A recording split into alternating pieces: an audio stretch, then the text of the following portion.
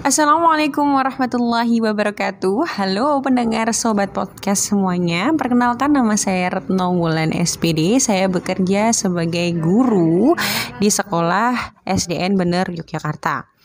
Kali ini kita akan membahas satu topik di podcast kita kali ini tentang aneka dan tentang pelayanan publik dan penyelenggaraan oleh pemerintah negara. Nah, di sini saya mempunyai 4 narasumber yang sangat luar biasa nantinya untuk kita tanya-tanya dan kita wawancarai mengenai topik yang akan kita bicarakan. Tapi sebelum kita masuk ke narasumber yang pertama, kita sedikit bahas tentang aneka gitu ya. Aneka itu apa gitu kan?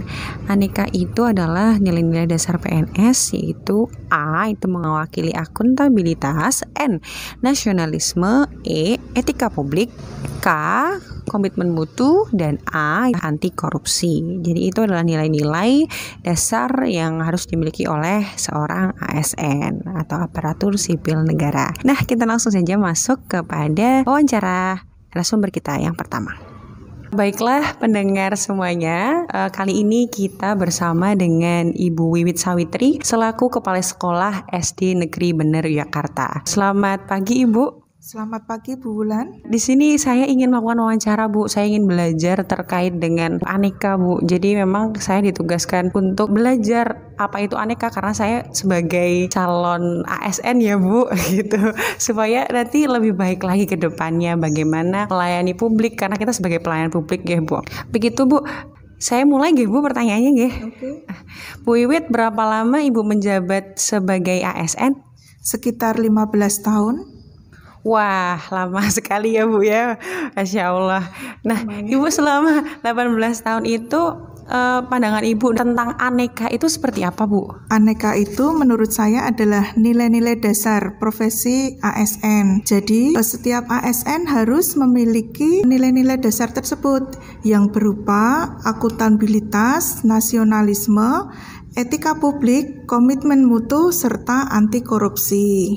Wah, iya luar biasa sekali ya Bu ya, teman-teman pendengar. Jadi salah satunya teman-teman ASN ya. Jadi apa itu aneka? Itu adalah sesuatu yang harus kita miliki sebagai seorang ASN ya. Tadi disebutkan oleh Bu Wiwit ya, ada akuntabilitas, nasionalisme, etika publik, terus komitmen mutu dan anti korupsi ya.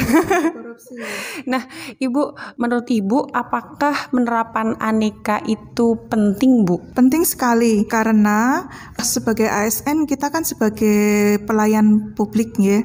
Jadi untuk meningkatkan kinerja kita harus memiliki nilai-nilai dasar atau memiliki sikap yang mendukung pekerjaan kita, profesi kita, sehingga nanti pelayanan kepada masyarakat akan lebih profesional dan mempererat persatuan bangsa. Oh iya begitu ya Bu. Terus yang mencerminkan aneka itu yang seperti apa sih Bu? Kalau di sekolah contohnya begini. Jadi misalnya di masa pandemi ini anak-anak tidak bisa bertatap muka dengan gurunya. Jadi sekolah belum mengadakan pembelajaran secara tatap muka. Nah, para guru menggunakan fasilitas sekolah, kemudian menggunakan kemampuan IT-nya untuk memberikan pembelajaran kepada anak-anak. Misalnya dengan Zoom meeting, atau jika anak-anak kesulitan, para guru juga melayani dengan sistem luring, begitu. Oh, jadi seperti itu ya Bu.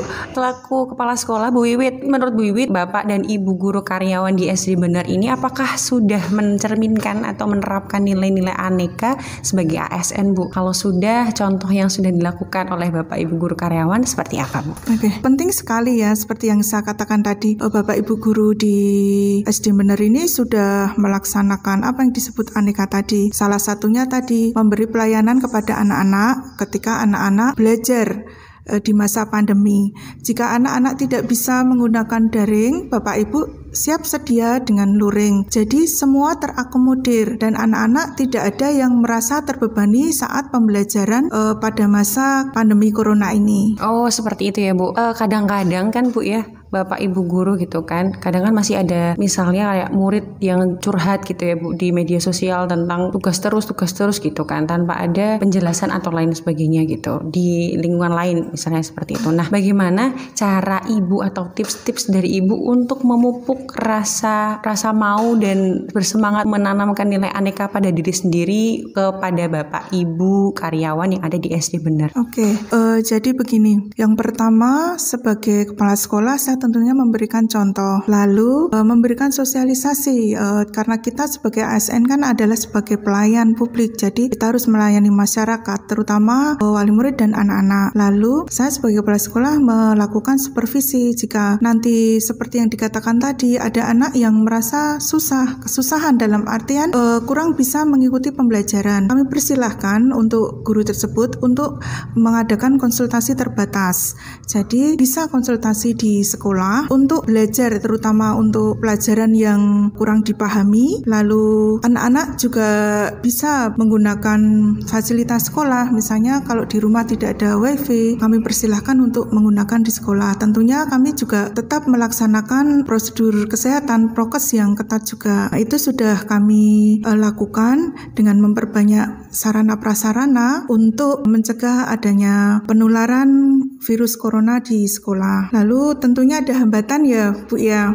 Jadi hambatannya tuh banyak. Jadi salah satunya ini pembagian waktu Bapak Ibu guru tentunya berbeda ketika bisa tatap muka dengan anak-anak. Jadi untuk Bapak Ibu guru itu biasanya kan ada materi yang harus dikejar, sedangkan dengan tatap muka kadang-kadang waktunya juga kurang. Jadi sekarang apalagi dengan masa pandemi ini. Jadi untuk mengantisipasi seperti itu, nanti Bapak Ibu guru itu bisa memilah, jadi memilah kompetensi dasarnya yang utama yang apa saja yang perlu diberikan ke anak-anak itu. Jadi itu hambatan dan solusinya seperti itu. Wah, luar biasa sekali Bu Wit, pelajarannya sangat apa ya Bu, dalam ya. Jadi menurut saya tadi sudah cukup lengkap sekali dari penjelasan Bu Wit tentang penerapan aneka, dan Bapak Ibu guru juga sudah mencerminkan nilai aneka.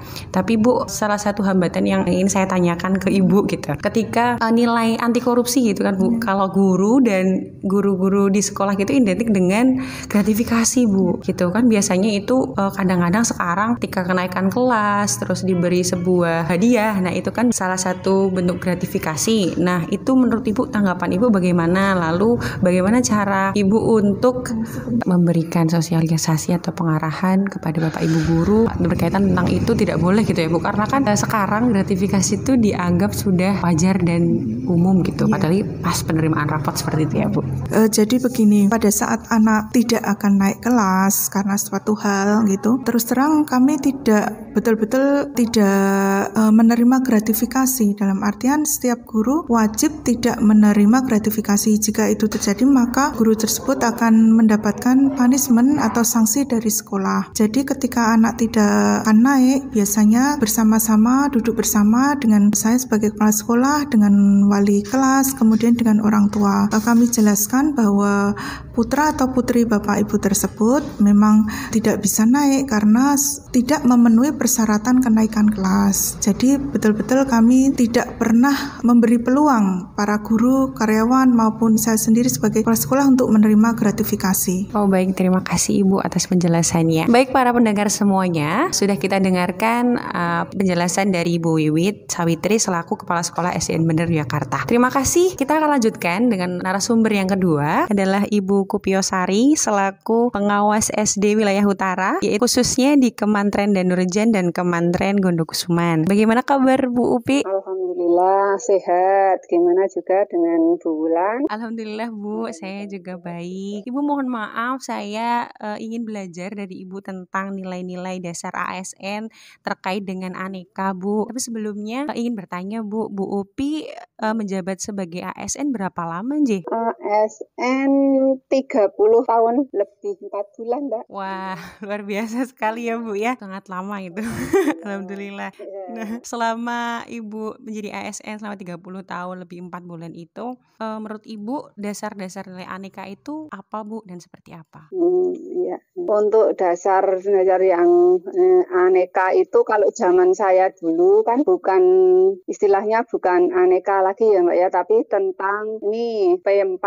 Nah, waktu kita zaman dahulu itu istilahnya prajabatan itu ya. Jadi di dalam prajabatan itu kita dikuatkan materi tentang bela negara, kemudian Pancasila. Nah, itu dikuatkan di sana. Kalau sekarang yang dikuatkan istilahnya dengan aneka itu pada prinsipnya sama, hanya istilahnya saja yang berbeda. Waktu itu kami juga di prajabatan itu oleh narasumber juga diberi materi tentang yang sekarang istilahnya aneka itu, yaitu tentang akuntabilitas, nasionalisme, etika, komitmen, tanggung jawab. Kalau sekarang yang istilahnya mungkin anti korupsi itu ya. Kalau zaman kami dulu itu terutama nilai-nilai Pancasila, dari butir-butir Pancasila itu banyak sekali sampai kita hafal butir-butir Pancasila dari sila 1 sampai sila ke-5. Nah, itu harus diamalkan. Kemudian harus diterapkan di dalam pelayanan kita sebagai PNS. Oh begitu ya Bu. Jadi prinsipnya sama, hanya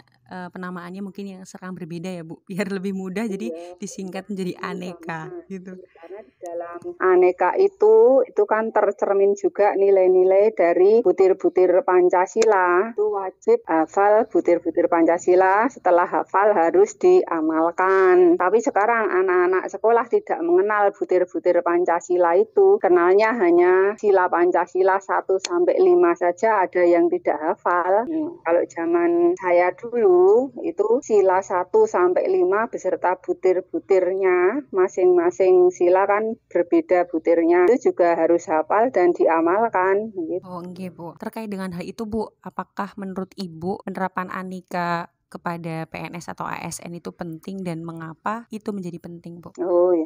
ASN itu harus memiliki nilai dari aneka itu dan sangat penting karena apa? Sebagai ASN kita harus setia kepada negara, sebagai ASN harus melayani masyarakat dengan penuh tanggung jawab, jujur, empati, kerja keras, berani, adil, mandiri. Nah, kemudian juga sebagai ASN juga harus hidup sederhana. Nah, hidup sederhana sehingga penyelewengan atau penyalahgunaan kekuasaan itu bisa terkendali sehingga tidak ada korupsi. Apalagi baru sebagai ASN awal ya, itu harus dibekali dengan aneka dan harus berpegang teguh kepada prinsip-prinsip yang ada di dalam Undang-Undang ASN, karena di dalam kepegawaian itu ASN harus patuh kepada undang-undang, khususnya undang-undang nomor berapa ya, ASN nomor 5 tahun 2014. Kemudian juga tentang kedisiplinan ASN. Mengapa harus disiplin? Karena sebagai ASN kan harus bekerja sesuai dengan waktu atau tepat waktu dan patuh pada aturan-aturan yang berlaku. Dan itu perlu sikap yang konsisten. Setia kepada Pancasila, Undang-Undang Dasar 1945. Oh iya Bu ya. Jadi memang kita, apalagi saya ya Bu ya, yang ini baru calon harus banyak belajar dan untuk berusaha untuk menerapkan nilai-nilai yang ada di dalam aneka tersebut. Nah Ibu sebagai pengawas kan Ibu mengampu beberapa SD nggih Bu? Tadi 15 ya tadi disebut. Ya, SD ya. Ya, selama Ibu menjadi pengawas misalkan melakukan kunjungan gitu, apakah secara gambaran umum Ibu melihat apakah Bapak, Ibu guru dan karyawan di sekolah-sekolah yang diawasi Ibu sudah mencerminkan nilai-nilai aneka, dan nanti minta tolong sebutkan contohnya nggih Bu? Iya, nggih. Alhamdulillah dari 15 sekolah yang menjadi sekolah binaan saya selama saya kunjungan dan mengamati selama saya berada di sekolah tersebut, itu alhamdulillah sudah mencerminkan sikap yang ada di dalam aneka. Terutama kalau yang nasionalisme itu pin merah putih itu mereka selalu memakainya, itu salah satu contoh. Jadi mereka memakai pin merah putih di dada sebelah kiri, yang kanan pakai Segoro Amarto. Kan itu berarti sudah tertib aturan. Kemudian datang dan pulang sesuai dengan waktu yang sudah diatur oleh pemerintah Kota Jogja. Kemudian perilakunya mereka juga sopan, bagaimana harus bersikap terhadap tamu, bagaimana bagaimana harus bersikap terhadap atasan dan bagaimana mereka bersikap terhadap rekan kerja mereka, itu juga masuk dalam pengamatan saya dan alhamdulillah semuanya mencerminkan nilai-nilai yang ada di dalam Aneka. Oh iya Bu, alhamdulillah ya Bu sudah mencerminkan nilai Aneka, dan semoga dengan itu pelayanan publik dari Bapak Ibu guru semakin baik, terutama pelayanan kepada siswa-siswi di masa pandemi. Nah Ibu bertanya lagi. Nah, itu yang menjadi tantangan sekarang karena di masa pandemi ini para guru karyawan, apalagi ASN harus pandai-pandai menyikapi, harus pandai-pandai mencari solusi pelayanan prima dan maksimal dengan tetap menjaga kesehatan masing-masing. Gitu. Pelayanan prima juga diutamakan. Ya benar sekali ya Bu. Nah saya pengen tahu nih Bu, cara Ibu Upi gitu untuk memupuk nilai Aneka di lingkungan kerja yang Ibu awasi, karena kan mungkin ya Bu ya kadang-kadang gitu kan ada satu waktu gitu ada rasa untuk capek, kok capek ya gitu, pandemi ini seperti ini terus. Nah bagaimana cara tips-tipsnya Ibu untuk memupuk nilai Aneka di Bapak Ibu guru yang sekolah yang Ibu awasi? Yang jelas yang pertama dari diri sendiri itu harus bisa menjadi teladan. Jadi pribadi sendiri harus mencerminkan nilai-nilai yang ada di dalam Aneka, sehingga ketika di sekolah kita tidak perlu menyuarakan ataupun mengingatkan ya, tapi dengan seiring berjalannya waktu sering ketemu, kita bertatap muka di sekolah, terus saya datang sebagai pengawas juga menunjukkan perilaku yang sesuai dengan nilai-nilai di Aneka, itu otomatis mereka akan membaca, kemudian juga berusaha meneladani, kemudian mengimplementasikannya di dalam pelayanan mereka sehari-hari di sekolah masing-masing. Yang jelas jangan sampai kita merasa capek, kita merasa penat, jangan. Karena apa? Kita dari awal sudah berniat untuk menjadi ASN, terutama menjadi guru, sehingga melayani anak didik. Nah itu jangan sampai kita merasa lelah, karena apa? Cita-cita kita sudah diridhoi Allah itu. Jadi yang pertama, selalu bersyukur karena cita-cita kita sudah diijabah oleh Allah, sehingga apapun yang ada di hadapan kita, apapun kondisinya, bagaimanapun keadaannya, harus kita laksanakan dengan sebaik-baiknya, harus kita jalani tanpa mengeluh sebagai bukti pertanggungjawaban kita sebagai ASN yang sudah diberi amanah oleh pemerintah. Tidak perlu merasa capek, karena dari awal sudah menjadi cita-cita kita, sehingga merasa enjoy saja, nikmat gitu, dan penuh dengan rasa syukur itu. Luar biasa sekali ya para pendengar podcast semuanya. Ini ada tips-tips dari Ibu Kupiosari. Kita sebagai ASN harus bersyukur karena banyak sekali orang yang ingin berada di posisi kita. Jadi kita harus syukur yang utama ya Bu, dan karena sudah diijabah ya Bu, kita harus tetap memberikan pelayanan yang prima karena ASN itu memang pelayan publik ya Bu. Nah, selanjutnya Bu, pertanyaan terakhir Bu. Nah, apakah ada hambatan, resiko atau tantangan Bu dalam penerapan nilai atau pengimplementasian nilai Aneka di lingkungan kerja Ibu? Selama ini saya kok nggak merasa ada hambatan ya, karena apa? Kita bekerja dengan kesadaran diri, dengan hati yang ikhlas, dengan penuh tanggung jawab, sehingga mungkin ada hambatan tapi kita merasa itu bukan hambatan, sehingga enjoy saja. Kalau tentang resiko, segala sikap, segala perbuatan dan tanggung jawab ataupun langkah yang kita ambil itu kan selalu ada resiko. Namun resiko itu seminimal mungkin kita hindari. Jadi resiko pasti ada, tapi kita cari resiko yang paling sedikit akibat negatifnya. Kalau tantangannya ya sekarang dengan dulu kan tiap-tiap era itu kan berbeda, tiap zaman berbeda cara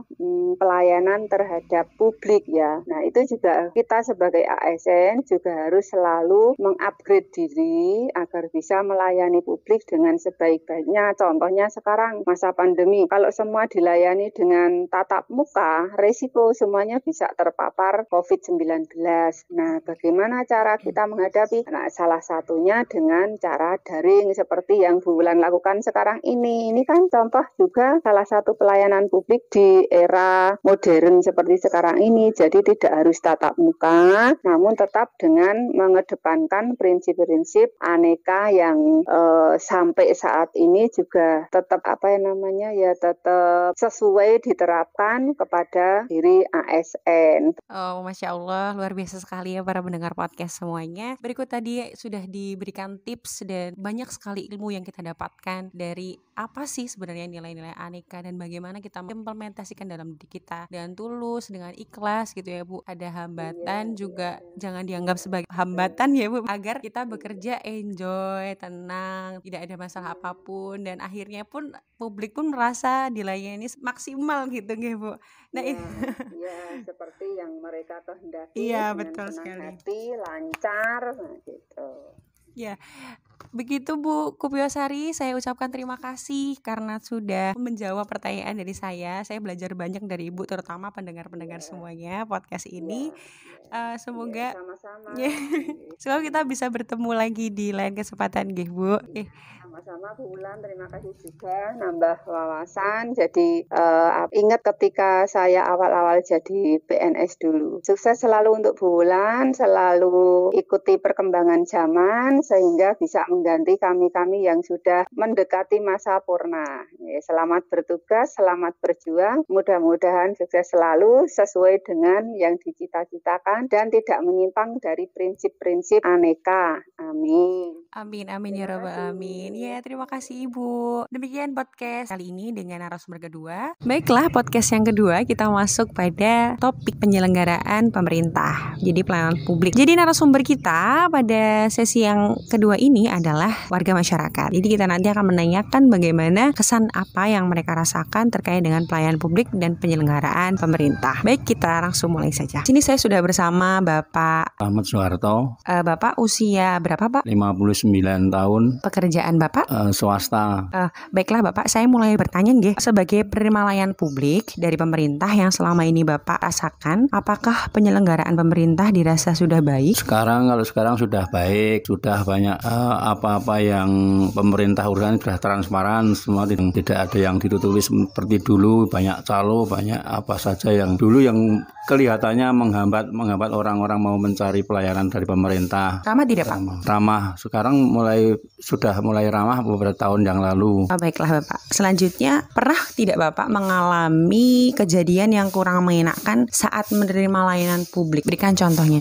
Contohnya adalah mengalami dulu pada tahun-tahun yang masih dulu zaman Bapak Presiden Soeharto dan sebagainya itu pelayanan itu kurang bagus. Kalau ada orang-orang yang tidak bisa itu tidak diberi kesempatan untuk dikasih tahu atau gimana, cuma dikasih tok yuk dia melayani orang lain. Tapi yang kurang bisa seperti saya itu dulu agak susah mencari pegawai-pegawai yang begitu ramah dengan masyarakat. Oh baik Bapak, jadi sekarang sudah lebih baik nggih Pak. Nah, apa saran dan harapan Bapak untuk penyelenggara pemerintah saat ini supaya lebih baik lagi? Pelayanan pemerintah yang lebih baik lagi, diharapkan pelayanan yang lebih baik dan dikurangi yang banyak-banyak yang seperti calo, seperti apa saja yang menyusahkan orang-orang yang mengurus apapun juga itu. Pemerintah harus mulai transparan dan harus tegas, menindak tegas apa yang dilakukan oleh pegawai-pegawai yang tidak baik. Saran saya cuma begitu.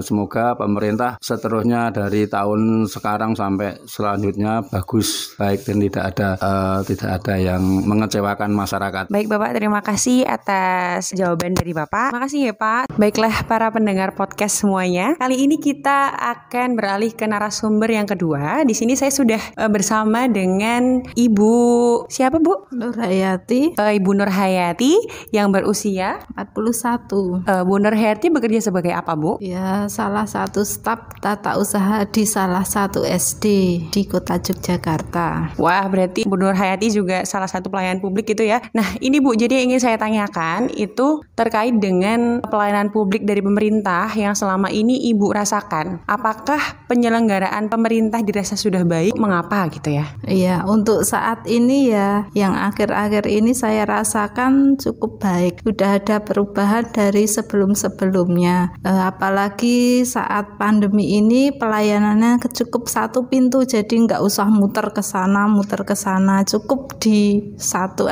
kita sudah bisa menikmati pelayanan, dan waktunya pun bagus juga, misalnya jam pelayanan juga oke. Terus kadang kayak jadwal itu loh, kita kan nggak tahu WFH WFO-nya lah, pas pelayanan mau ketemu dengan seseorang pas jam FH itu yang pas BFO dia pun juga mau melayani. Apakah ketika Ibu menggunakan fasilitas atau melakukan pelayanan publik itu yang melayani ramah-ramah, ataukah ada yang pernah Ibu menemukan kejadian yang kurang mengenakan saat menerima layanan itu, atau gimana Bu? Untuk saat ini belum pernah untuk saat ini ya, soalnya pas saya membutuhkan suatu pelayanan atau memasukkan data atau mengirimkan sebuah laporan, mereka pun bisa melayani dengan baik dan pelayanannya cukup baik juga, lama juga. Berbeda dengan waktu yang dulu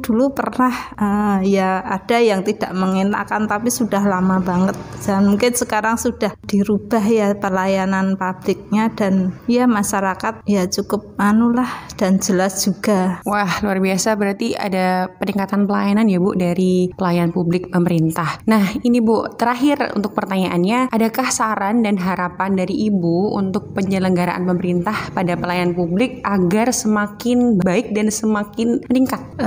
Saran saya itu yang pertama yaitu untuk kayak awal, kalau dulu kan ada kayak salam atau apa gitulah. Sekarang kan kadang ditemui kan cuma ada yang cuek, kalau kita nggak permisi Bu, dia kan masih diem aja.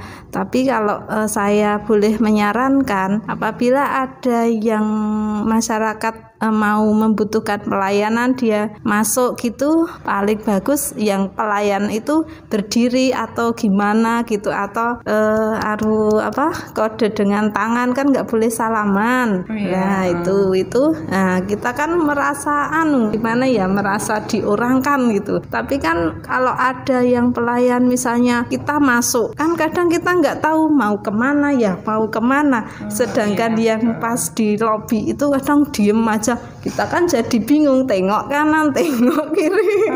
Nah, langkah baiknya kalau pas kita atau mungkin ada yang penjaganya, mungkin lah kayak di bank itu kan biasanya mau kemana Bu, mau ketemu dengan siapa lah, langkah baiknya itu ada petugas yang mengarahkan gitu. Jadi lebih tanggap ya Bu ya. Iya. Baiklah, terima kasih Bu Nur Hayati sudah memberikan jawaban dari pertanyaan wawancara di podcast kali ini. Baiklah teman-teman pendengar semuanya, itulah tadi dua narasumber kita yang berpendapat bahwa ternyata ASN sekarang sudah menerapkan implementasi nilai-nilai aneka ya. Jadi sudah berubah baik dari yang dulu. Jadi walaupun masih ada sedikit, mungkin tidak banyak, hanya beberapa persen saja, tapi insya Allah itu bisa diperbaiki kembali. Terima kasih saran dari Bu Nur Hayati dan dari Bapak Slamet. Semoga saran dan harapan bisa terwujud dan menjadikan pelayanan publik semakin baik lagi ke depannya. Sekian podcast dari saya, Retno Wulan. Saya pamit undur diri. Wassalamualaikum warahmatullahi wabarakatuh.